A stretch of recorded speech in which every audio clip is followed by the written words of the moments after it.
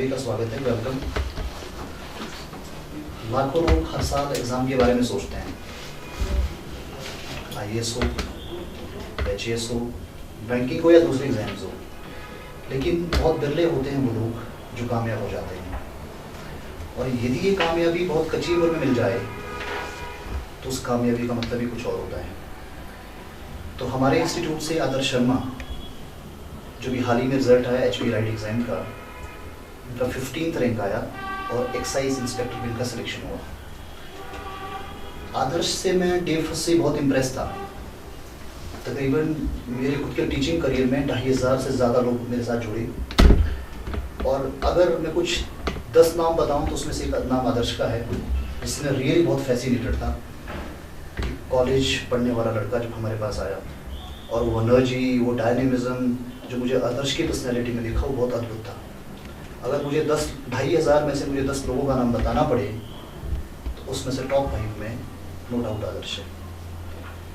वो मेहनत कॉलेज के साथ, और लॉकडाउन में जब एग्ज़ाम का पूरा प्रोसेस चल रहा था तो आदर्श उस समय तैयारी कर रहे थे। और बड़ी इंटरेस्टिंग बात और है कि लास्ट ईयर जितने भी सारे एग्ज़ाम्स हुए HPPSC के, लगभग सभी एग्ज़ाम में आदर्श ने बहुत अच्छा एक्सेल किया।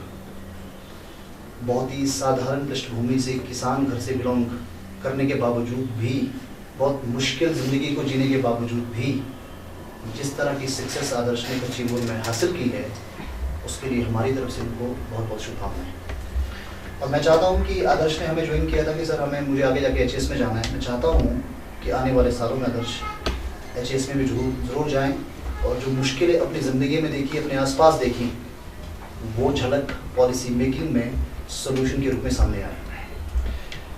तो आदर्श, आपका स्वागत है, और मैं चाहता हूं कि आप स्टूडेंट्स को बताएं कि किस तरह की आपकी पूरी यात्रा रही और तैयारी में आपने किस तरह से आपने तैयारियां की। ऐसा क्या जादू आपके पास है कि कॉलेज से निकलने के बाद ही 6-8 महीने में ही आपने इस सफलता को हासिल किया। आदर्श शर्मा। नमस्कार, लेट हो गया मैं, थोड़ा माफी चाहूँगा आपसे। तो थोड़ा इंटरेक्टिव सेशन अगर हम करें तो ज़्यादा बेटर रहेगा। तो आप लोग कुछ पूछना चाहो तो पूछ सकते हो।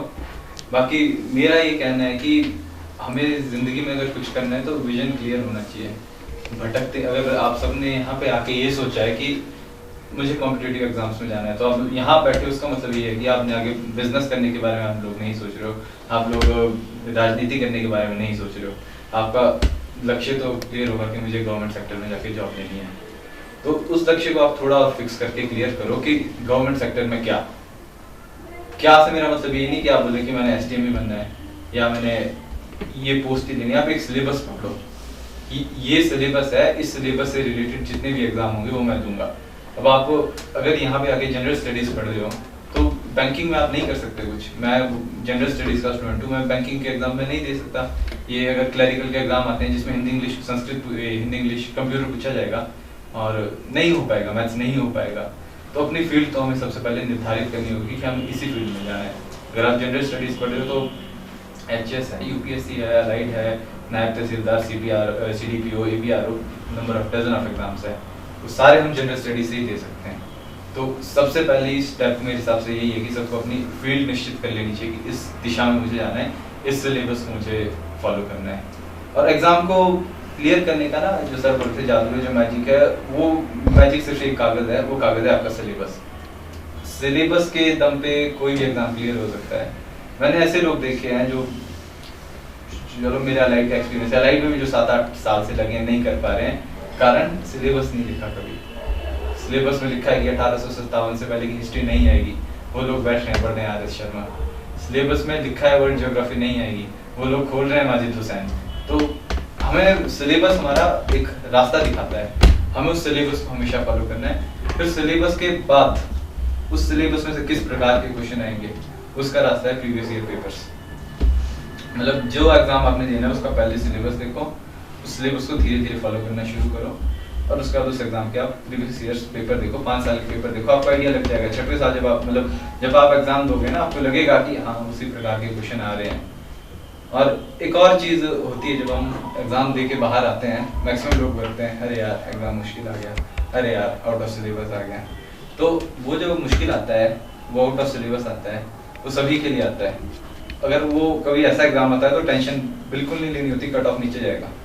जो मेरा लाइफ का करीब हुआ था, मेरे 100 मार्क्स बन रहे थे, मेरे को सबने बोला नहीं होगा 100। तो एग्जाम देना है, सिलेबस कंप्लीट करो, करंट अफेयर्स कंप्लीट करो और बैठ जाओ, डट जाओ, और किसी और चीज़ में खुद को डिस्ट्रैक्ट होने से बचाना है।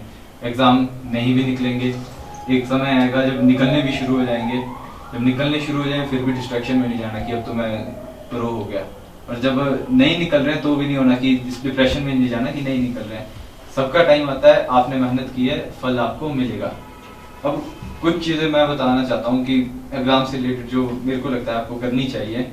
सबसे पहली चीज़ है, बुक्स पे रिलाई कीजिए, बुक्स पढ़िए एक बार 2 बार, और बुक्स पढ़ने के बाद अपने नोट्स प्लीज़ बनाइए। क्योंकि लक्ष्मीकांत देखिए आप लोगों ने सबने, कितनी 6वां एडिशन में तो उसमें 12 चैप्टर और ऐड कर दिए हैं। मेरे हिसाब से 800 किताब, 815 पेज उस किताब में मैंने पढ़ी है, 5-6 बार पढ़ी है। फिर जब हम एग्ज़ाम देते हैं ना तो लक्ष्मीकांत नहीं काम आएगी। एग्ज़ाम से पहले हम रिवाइज सिर्फ अपने नोट्स कर सकते हैं। स्पेक्ट्रम इतनी छोटी है, स्पेक्ट्रम वैसे कंपेरेटिवली, मॉडर्न हिस्ट्री सबने देखी होगी, पर मोटी है और पेज छोटा है, वो भी नहीं पढ़ सकते हम एग्ज़ाम से पहले। अपने नोट्स हैं, अपने नोट्स बनाइए। अगर आप ना एक किताब पढ़ रहे हैं और मॉडर्न हिस्ट्री, आपको स्पेक्ट्रम के नोट्स बनाने में लग जाएंगे 30 घंटे 40 घंटे, और अगली बार आप रिवाइज करेंगे तो आप अपने नोट्स रिवाइज 5 घंटे, नेक्स्ट रिविजन 2.5 घंटे, एक टाइम इतना आएगा नोट्स पे इतनी परफेक्शन हो जाएगी, आप पूरी मॉडर्न हिस्ट्री 1 घंटे में रिवाइज कर लेंगे। मेरे अपने मॉडर्न हिस्ट्री के नोट्स हैं, मैं जब एग्जाम से पहले जाता हूँ मैं 40 मिनट में पूरी मॉडर्न हिस्ट्री 1857 से लेकर 1947 तक अपने नोट्स में आपको एक्सीलेंसी होगी। नोट्स बनाने का एक तरीका है, शायद आपको सर ने भी बताया होगा, कि एक तो A4 ब्लैंक शीट लाइनदार पे लिखो, 1/3 छोड़ दो अपडेट करने के लिए, क्योंकि रिवाइज जितनी ज़्यादा बात करेंगे ना उतना आपका फायदा है। आप सोचोगे, एक टाइम मेरे साथ भी हुआ, लक्ष्मीकांत पढ़ी, ठीक है, उसके बाद S.G. सुब्रमण्यम पढ़ी, फिर D.D. बसु पढ़ी, फिर NCERT पढ़ी, बाद में लगा कि कट ऑफ कितना जा रहा है 200 में से। HS का कट ऑफ देख लो, 105, 104, 100 से नीचे भी आता है, 107, 108, 110 से ऊपर नहीं जाता है। हमने कितने क्वेश्चन ठीक करने हैं? 55 क्वेश्चन अगर हम 100 में से ठीक करें हम तो पेपर क्वालिफाई कर रहे हैं। तो हम क्यों भागे 200 नंबर के पीछे? जब हमने नंबर 110 लेने हैं तो हम क्यों 200 नंबर के पीछे भागे? आपके नोट्स में इतना दम तो होगा ही जब आप एक अच्छी स्टैंडर्ड बुक से पढ़ रहे हैं कि आप 110 नंबर ले सकें। तो सोर्सेज तो आपको पता ही होंगे, सोर्सेज आप लोग क्या फॉलो करते हैं? पॉलिटी कहाँ से पढ़ते हैं? History, spectrum, economy, economy are S Sharma तो एशियन हिस्ट्री लिखी है। रमेश सिंह बहुत मोटी किताब है, काम भी नहीं लगती है। तो संजीव वर्मा थी एक, रमेश सिंह आपने पढ़ लिया, आपको अच्छी लगी, बहुत अच्छी बात है। रमेश सिंह बहुत बड़ी किताब है।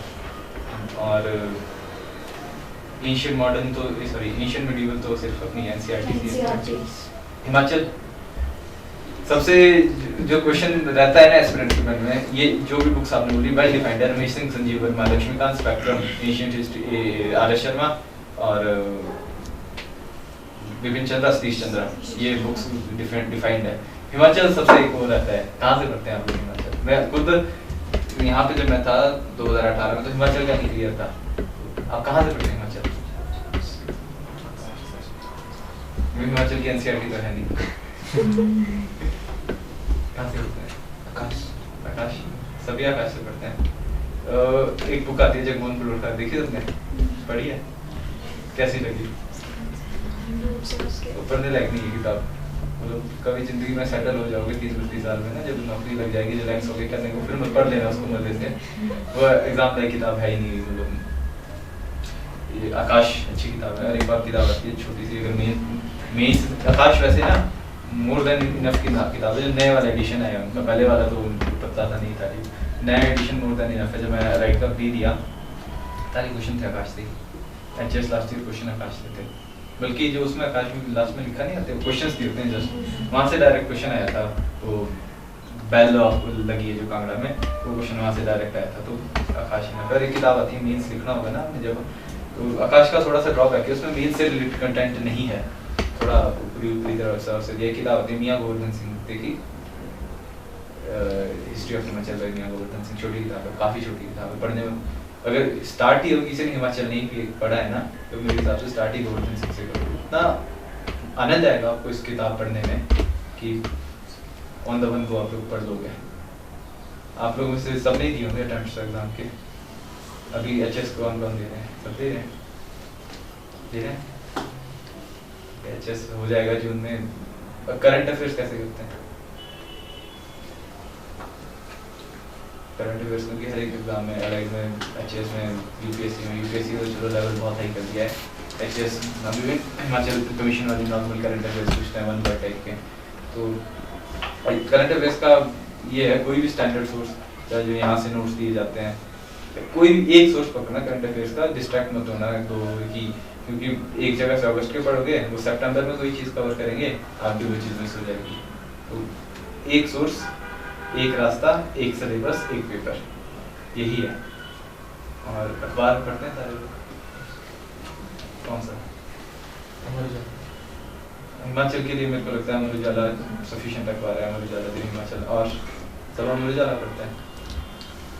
कई लोग होते हैं मेरे जानने वाले भी, कुछ लोग जो हिंदू पढ़ते हैं। हिंदू अच्छा अखबार है, नो डाउट, 10 घंटे लगाते हैं हिंदू पढ़ने में। मैंने जब मैं कॉलेज टाइम में था, मेरे को लगाती है सिर्फ एक हवा की बात है कि मतलब ऐसे ही बोलते हैं कि हम तो 10-10 घंटे हिंदू पढ़ते हैं। जब मैं खुद तैयारी शुरू करने की, कुछ लोगों के साथ जब नाइट आउट्स पे पढ़ाई की, देखा तो लोग लिटरली मेरे सामने 5-5, 6-6 घंटे हिंदू लेके बैठे रहते हैं। अरे हिंदू से आएगा 2 क्वेश्चन आएंगे, आपने तो अपने महीने के 180 घंटे हिंदू के पीछे लगा दिए। अखबार पढ़ना चाहिए, बहुत अच्छी आदत है। अखबार को पढ़ो in the light of your syllabus.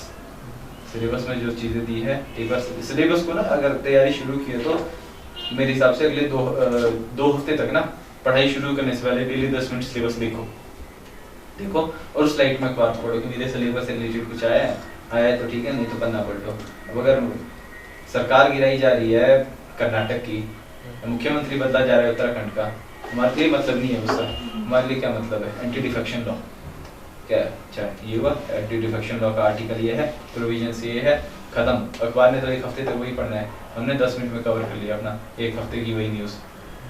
और कैसी बहुत तरीके की न्यूज़ आती है कि नाली में गिरा बच्चा, गिरना नहीं चाहिए कोई, पर हमारे काम की नहीं है वो न्यूज़। या फिर भूकंप आया ठीक है, हमारा क्या मतलब है? हमारे को नहीं मतलब कहाँ पे भूकंप आया, हमारे को मतलब है टेक्टोनिक प्लेट्स कैसे घूमती है, हमारे को मतलब है कि भूकंप आता कैसे है, रिक्टर स्केल पे नापते हैं, बस हमारा मतलब खत्म। मतलब अखबार को अपने मतलब के लिए पढ़ो, या फिर मज़ा आता है तो फिर तो सारी चटपटी खबर भी आती है, वो सीरियल्स वाली भी आती है, वो पढ़ सकते हैं, बॉलीवुड की भी आती है। वो अखबार है अपना इंडियन टाइम्स ऑफ इंडिया, उसमें आती है पूरी बॉलीवुड की खबर, बोर नहीं हो सकते उसको पढ़ के। फिर हमारे एग्ज़ाम ओरिएंटेड नहीं है, तो एग्ज़ाम ओरिएंटेड अखबार में तो मेरी नज़र में अगर आपने इंग्लिश पढ़ने तो या तो हिमाचल के एग्ज़ाम के लिए आप बोलेंगे ट्रिब्यून बोल रहा है, पर लेवल कम है कम लेवल, नो डाउट ट्रिब्यून का लेवल कम है, पर हिमाचल के एग्जाम्स को ट्रिब्यून कवर कर रहा है। और अगर आपने अच्छे लेवल का अखबार पढ़ना है तो एक्सप्रेस पढ़ो, द इंडियन एक्सप्रेस मेरी राय में सबसे अच्छा अखबार है। लैंग्वेज ईजी है, ल्यूसिड लैंग्वेज है, और रेलेवेंट खबरें इंडियन एक्सप्रेस कवर करता है। हिंदू पढ़ा, हिंदू लगता नहीं कुछ लेफ्टिस्ट है बहुत ज़्यादा, हर चीज़ में क्रिटिसाइज कर रहा है। हमारा काम तो हर चीज़ को इवैल्यूएट करना है, क्रिटिसाइज करना नहीं। जो मेंस लिखेंगे कब बहुत कम क्वेश्चन आएगा क्रिटिसाइज पॉलिसी, आएगा नहीं कभी criticise policies of present government, नहीं आएगा। आएगा इवैल्यूएट आयुष्मान भारत अभियान, इवैल्यूएट स्वच्छ Bharat mission, critically analyse Namami Gange. Critically analyse करिए ठीक है, नेगेटिव चाहिए पर पॉजिटिव्स भी तो चाहिए, क्योंकि अगर आप कभी भी मेंस में आंसर लिख रहे हो, आपको कभी भी नेगेटिव नोट पे आंसर खत्म नहीं करना है। आपसे किसी भी चीज़ के बारे में पूछ रहे हैं ना वो क्वेश्चन मेंस में, किसी भी चीज़ के बारे में कभी भी नेगेटिव नोट में ख़त्म नहीं करना है। हर चीज़ में पॉजिटिव आपको दिखाना है। पॉजिटिव नहीं दिखा पा रहे, वही फॉरवर्ड बताओ, ये चीज़ें की जा सकती है, ये चीज़ें की जा रही है। इस तरीके से उसको करो कि एग्जामिनर है बेसिकली ना, एग्ज़ाम लेने का मकसद ये नहीं होता। मेंस जिस भी एग्जाम में सब्जेक्टिव मेंस है, मेरे को लगता है उनका मकसद ये नहीं होता आपको कितना पता है, वो ये रिफ्लेक्ट करना चाहती है कि बंदा सोचता क्या है।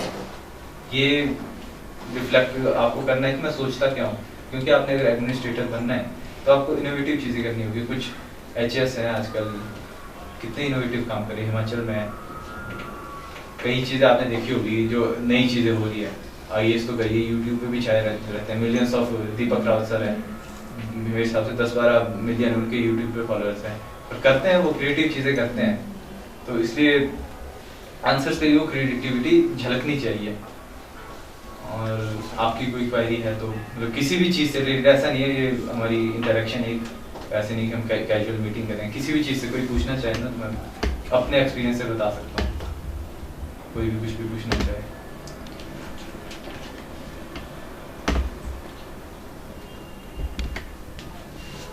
Happy Sir, how did you manage to keep up the consistency and motivation हाँ through entire this ये journey? इसका एक सिंपल सा वो है कि एक तो खुद को कभी बाउंड नहीं करना चाहिए हमें, मतलब यार 2019 में तो एचएस निकालना था, किस में तो निकालना है भाई, वो हमारा कभी भी रेस्ट्रिक्शंस होना ही नहीं चाहिए। हमारे को खुद पे प्रेशराइज नहीं करना है सबसे पहले खुद को कि इस साल हमने निकालना है, ठीक है, हमने तैयारी की है, अपना 100% दिया है, हो रहा है ठीक है, अगले नहीं तो अगले साल देंगे। क्योंकि आप अगर क्रिएटिव हो तो वो जो STM की एक कुर्सी है ना, आप इस तरीके से मत देखो कि मेरे को कुर्सी चाहिए। एक यहीं पे सर होते थे रौनक शर्मा, उन्होंने मेरे को पढ़ाया भी है, तो जब मैं भी लो होता था ना कभी तो उनको फ़ोन कर देता हूँ, अभी भी करता हूँ, तो सर ने बोला मेरे को यार टेंशन क्यों ले रहा है, तेरे को कुर्सी नहीं चाहिए, दैट चेयर रिक्वायर्स यू, वो चेयर के का खुशकिस्मती होगी जब आप उस पर बैठोगे। तो आप लोगों ने भी ये चाहा कि ये स्ट्रगल आपकी कुर्सी तक नहीं है, कुर्सी की स्ट्रगल है कि आप उस पर कब बैठोगे, पहली बात। दूसरी बात, पढ़ाई कंसिस्टेंसी रखनी चाहिए, बट 24 घंटे पढ़ाई, मतलब मेरा ये रूटीन था, मैं दिन में 4 से 5 घंटे पहले भी पढ़ता था, अभी भी पढ़ता हूँ। तो अगर आपका सिर्फ भी टाइम स्पेयर है, कभी ऐसी चीज़ें करो जिससे आपको खुशी मिले, शांति मिले, कभी किसी को गौशाला में चले जाओ, गाय को खिला दो, मंदिर में जाके बैठ जाओ, कोई बच्चा दिखता है उसको चाय पिला दो, ऐसे छोटे छोटे काम, टिडबिट्स, जिससे आपको खुशी हो ना कि मैं आई एम डूइंग समथिंग, कि मैं सिर्फ इस किताब में ही तक सीमित नहीं रख रहा हूँ, खुद को बुक तक सीमित नहीं रखना है। जब अभी मैं कॉलेज घर पे पढ़ाई कर रहा था तो हमने NGO चलाया था, हम ट्री प्लांटेशन करते थे, सफाई करते थे, कहीं भी लोकल कोई मुद्दा हो, ज्ञापन देने STM साहब के साथ पास चले गए, उनसे फिर धीरे धीरे STM साहब से पहचान हुई, ऑफिसर से, उनसे और ज्ञान मिला कि एग्ज़ाम कैसे क्वालिफाई किया जाए। तो सोशल आदमी को होना चाहिए, एक नॉन सोशल आदमी अगर ऑफिसर बन जाए तो that not be good for that chair. बन जाते हैं नॉन सोशल, बन जाते हैं 10-10 घंटे पढ़ के ना बन जाते हैं, HS निकालते हैं, पर वो उस चेयर के लिए ठीक नहीं है। वो आपको उस चेयर की कदर करनी चाहिए कि उस चेयर पे मैं बैठूंगा जब, तो मैं एक खुले दिमाग वाला अफसर हूँगा, मैं समाज की वो समस्याएं देखूंगा जो समस्याएं अभी इग्नोर की जा रही है। तो इसलिए समाज से इंटरेक्शन हमें नहीं रोकना चाहिए। आप कॉलेज में होंगे, कुछ लोग जॉब करते होंगे, कुछ लोग हर फील्ड में होंगे, तो अपना इंटरेक्शन समाज से मत तोड़ो, आप अपने दोस्त बना के रखो, दोस्तों के साथ घूमो फिरो, कभी हफ्ते में एक बार निकलो, चाय पी लो संजौली में मॉल पे। तो इस तरीके की चीज़ें करो जिससे आप रिलैक्स होते रहें, तभी आप परसेवरेंस, अपनी डिटर्मिनेशन, कंसिस्टेंसी बना सकेंगे। नहीं तो मेरे हिसाब से नहीं पॉसिबल है 365 दिन 10 घंटे पढ़ के एक अच्छा ऑफिसर बनना। अगर बन भी गया तो बनना ही पॉसिबल नहीं है, अगर बन भी गया तो अच्छा ऑफिसर बनना पॉसिबल नहीं है। और कुछ बाकी अपने टीचर्स पे हमें विश्वास रखना चाहिए बेसिकली ना, क्योंकि जिसको हमने, जो हमारे को रास्ता दिखा रहा है ना, एक सिलेबस, एक क्वेश्चन पेपर, तीसरे टीचर, वैसे इन तक पहुंचाने वाले भी तो टीचर्स ही है, तो टीचर्स पे हमें विश्वास पूरा रखना चाहिए कि ये सर ने बोला है तो करेंगे। और अगर आप जब रेगुलर क्लासेस लगा रहे हैं तो रेगुलर अगर आप जो यहाँ पढ़ाया हो शाम को रिवाइज कर लेंगे ना तो बहुत ईजी हो जाता है यार। बाकी अगर फेलियर हो जाए ना तो फेलियर से हार नहीं माननी चाहिए। मैं आपको एक स्टोरी सुनाता हूँ। अलेक्जेंडर बहुत महान था, सब अलेक्जेंडर द ग्रेट बोलते हैं। तो ज्योग्राफी में आप लोगों ने पढ़ा होगा, नॉर्थ वेस्ट फ्रंटियर हमारा वीक है। नॉर्थ वेस्ट फ्रंटियर वीक है तो सारे चाहे मुगल्स आए, उससे पहले अलेक्जेंडर भी आया, वो नॉर्थ वेस्ट फ्रंटियर में आए। बात क्या है, जो नॉर्थ वेस्ट फ्रंटियर है वो हमेशा से रेगिस्तानी है। मतलब एक कहानी है, सच्ची भी नहीं हो सकती, सच्ची मेरे को लगता है सच्ची होगी। तो नॉर्थ वेस्ट फ्रंटियर हमारा रेगिस्तान है, सॉरी आज रेगिस्तान है। कुछ समय पहले घना जंगल होता था, अरावली कभी होते थे 6-7 हज़ार मीटर ऊंचे भी अरावली होते थे शुरू में, लाखों साल पहले, पर फॉरेस्ट तो था अलेक्जेंडर के टाइम भी, 2300 साल पहले तक फॉरेस्ट था। तो जब अलेक्जेंडर वहाँ आया ना, एक्चुअली जो हमारा ट्रॉपिकल एरिया तो आपको पता है ना, 10 degree north to 10 degree south, बंदर एक ऐसी प्रजाति है जो सिर्फ ट्रॉपिक्स में होती है, ठीक है। तो अलेक्जेंडर जब यूरोप से आया, पर टेम्परेट एरिया से आया, तो उसने बंदर नहीं देखे थे। राजस्थान में जंगल आ गई थी अलेक्जेंडर और सेना, वो लोग 1 साल बंदरों से लड़ते रहे कि ये धनानंद की सेना है। अलेक्जेंडर द ग्रेट की सेना बंदरों से लड़ती है कि ये धनानंद की सेना है जंगल में। 1 साल बाद उनको रियलाइज हुआ, ओहो ये तो जानवर है। तो अपनी गलतियां ना, कभी वो नहीं कि मेरे से बहुत बड़ी गलती होगी, सब चलता है लाइफ में, ऊंच नीच सबसे होती है, छोटी गलतियां सब करते हैं, बड़ी गलतियां वो अलेक्जेंडर द ग्रेट जब धनानंद की सेना नहीं पहचान पा रहा, तो हम तो फिर अभी उतने ग्रेट हुए नहीं है, दुनिया हमने जीती नहीं है, जीतनी है और अभी जीती नहीं है। तो अपनी गलतियों पे कभी ना खुद को बहुत गिल्टी फील नहीं करना चाहिए। अपनी कोई गलती होगी, ठीक है, होगी, आगे से नहीं दोहराएंगे, बस अपना लेसन दिया और आगे बढ़ते रहे। तो ये है, और कुछ फोन उठाता हूँ, मैं फ्री होता हूँ, मैक्सिमम आजकल ज्वाइन किया है तो ट्रेनिंग में फ्री है, लाइक की ट्रेनिंग में, एक्साइज इंस्पेक्टर की ट्रेनिंग में वर्कलोड काफ़ी कम है ट्रेनिंग में, तो आप लोग कॉन्टैक्ट कर सकते हैं, सबसे कोई नंबर है। Thank you.